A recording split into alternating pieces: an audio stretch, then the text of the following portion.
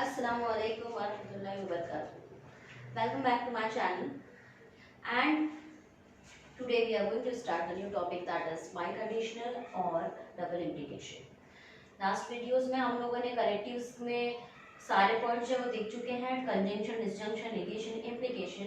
Now we are going to see about the biconditional और double implication. सो बाइकंडीशनल और double implication में क्या होता है, as we know that implication में क्या होता है कि we denoted by only the single arrow in implication. ठीक है, P implies Q और P implication Q और P conditional statement जिसे हम कहते हैं. Similarly in biconditional में क्या होता है कि P double implies, or you can say that the biconditional Q. इसको हम लोग किससे डिनोट करते हैं, by using the double arrow. चाहे आप ऐसे डिनोट करो या फिर आप ऐसे डिनोट करो. ठीक है, दोनों भी क्या है, ट्रू है. एंड यहाँ पर हम लोग P को क्या बोलते हैं, हाइपोथेसिस और एंटीसीडेंट. P को हम लोग क्या बोलते हैं, हाइपोथेसिस और एंटीसीडेंट.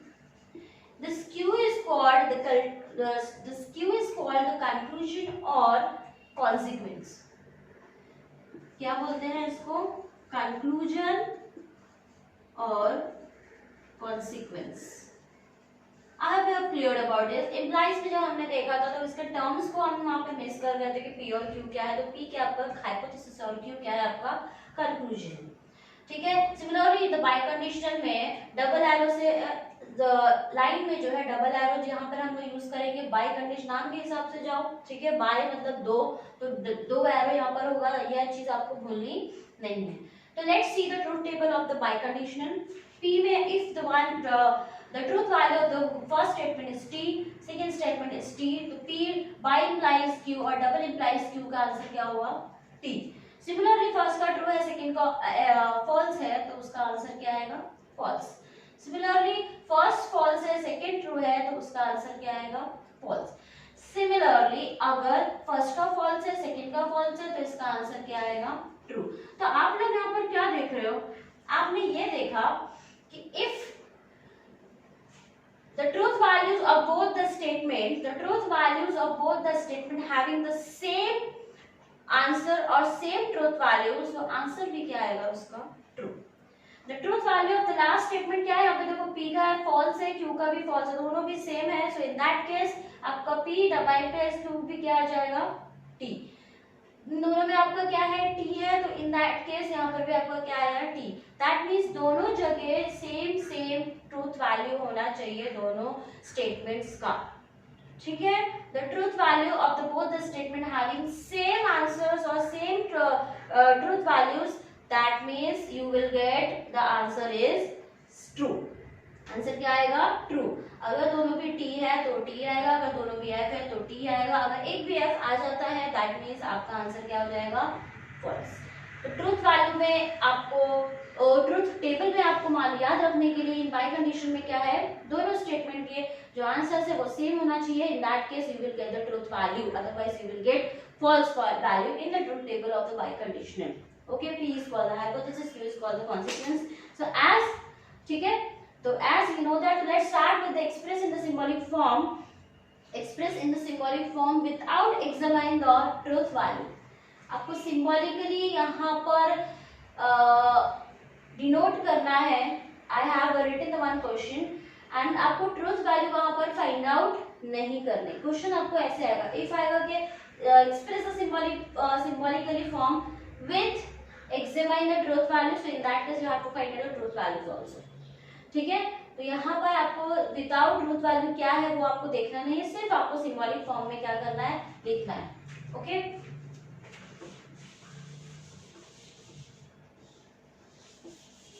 तो हम लोग अभी जो है we are going to see about what is the question is 3 plus 8 is greater than or equal to 12 if and only if. बाइकंडीशनल में कंडीशन क्या आएगा, इफ एंड ओनली इफ. और इम्प्लाइज में जब हमने देखा था P इम्प्लाइज Q में, यहाँ पे क्या देखा था, इफ और देन. और P बाय इम्प्लाइज Q अगर रहा तो वहां पे क्या आता है, if and only if if and only if को भी denote it by I double F, if and only if को हम डिनोट करते हैं आई डबल एफ से, ठीक है, किसमें, बाय कंडीशनल में। और पी इंप्लाइज क्यू में किससे करते हैं, सिर्फ इफ और देन दो स्टेटमेंट का जो है इफ और देन के हिसाब से होगा तब।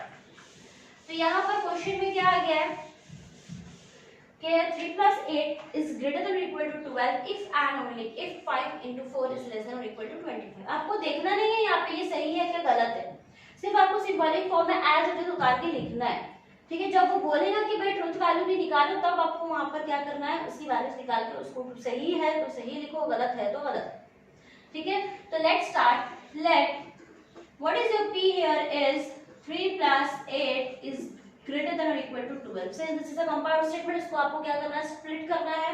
3 plus 8 is greater than or equal to 12।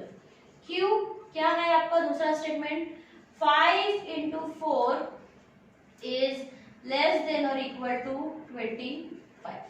As we know that 3 plus 8 is greater than or equal to 12। 3 में 8 मिला तो कितना होता है, 11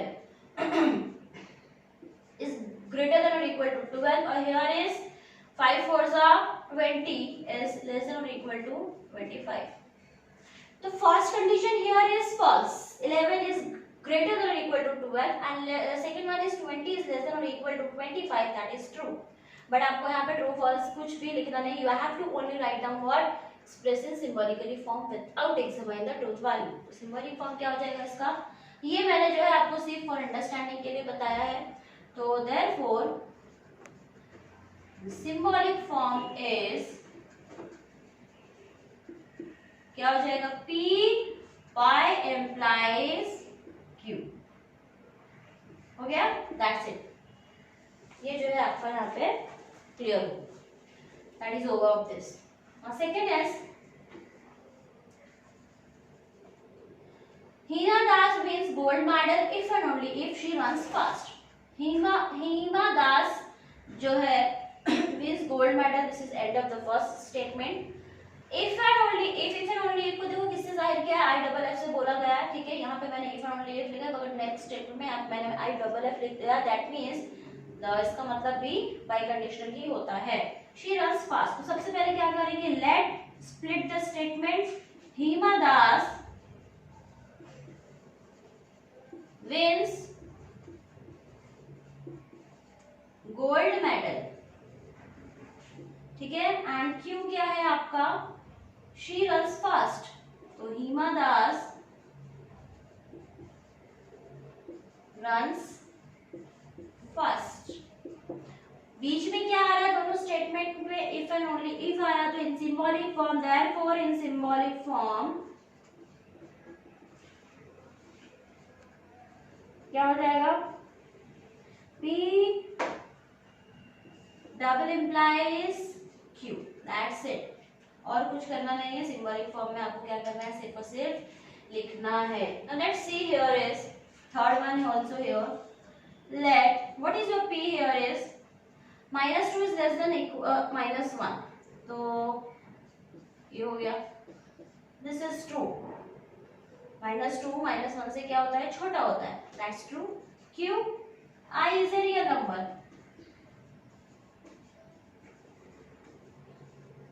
I is a real number। दूसरा स्टेटमेंट सिंबॉलिक फॉर्म में लिखना है आपको, बट I क्या होता है, I is an imaginary number, it's not a real number। तो ये ट्रू है, ये फॉल्स है, ठीक है। मगर आपको लिखना नहीं है, यहाँ पे आपको सिर्फ और सिर्फ क्या लिखना है, सिंबॉलिक फॉर्म में लिखना है। तो इन सिंबॉलिक फॉर्म क्या हो जाएगा, P double implies Q, that's it. I hope you have clear about this, ठीक है। कि बाय कंडीशन में क्या होता है, दोनों स्टेटमेंट क्या रहे हैं, ट्रू रहे, तो हमको आंसर भी क्या मिलेगा, ट्रू मिलेगा, चाहे वो टी हो या फिर एफ हो, फॉल्स हो। और एक भी टी और एफ आ गया, एफ और टी आ गया, दैट मींस आपको आंसर क्या मिलेगा, फॉल्स, ठीक है। On the basis of that we have solve some 3 examples which we have written in the form of the symbolically form में। तो हमने क्या है, इसको सिंबॉलिकली फॉर्म में लिख दिया है, P डबल इम्प्लाइज Q, ठीक है। सबसे पहले स्प्लिट करना है, सिंबॉलिक फॉर्म में आपको P डबल इम्प्लाइज Q के फॉर्म में लिखना। Now the next question is symbolic form में भी आपको लिखना है, you have to find out also the truth values, ठीक है। आपको वहां पे क्या निकालना है, ट्रुथ वैल्यूज भी निकालना है। So find the truth value of the following statement. The question will come like that. Okay, I hope you have cleared. यहाँ तक आपको सभी को clear हो गया है. Find the truth values of the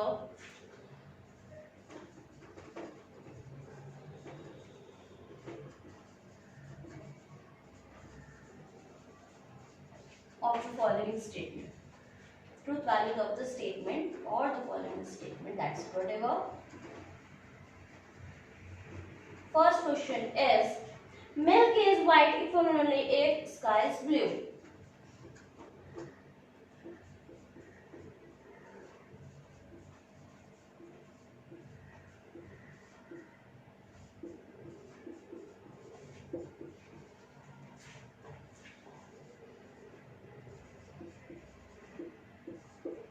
ठीक है. So ये क्या है आपको फर्स्ट क्वेश्चन है. You have to write down the truth values of the following. If और ओनली इफ आया है इसका मतलब सेंटेंस में क्या आ गया. ये बाय कंडीशनल का सेंटेंस है. ये आपको यहाँ पर सेंटेंस देख के जो है पता चल जाएगा. So milk is white if और only if sky is blue. तो लेट्स स्प्लिट इट. आंसर हम लोग लिखने जा रहे हैं. So let P. पी क्या है आपका. Milk is white. ठीक है. Now let's write down the Q. I'm removing this. I hope you have cleared this. If you have any doubt, just comment me and ask the doubt. Q क्या है. Sky is blue. ठीक. सबसे पहले to write the truth value, you have to write this sentence in the form of the symbolic form. So that will be easy for you. In symbolic form में क्या आ जाएगा. Because sentence के हिसाब से आप देख पा रहे हो या कि यहाँ पर क्या है. इफ एंड ओनली इफ है. ठीक है. तो क्या आ जाएगा. P double implies Q. ठीक. Now you have to write the truth value. Since milk is white, या दैट इज ट्रू. तो the truth values of the given statement is, truth value of P is T. Why T? Because दूध जो है वो white होता है, हमको पता है. And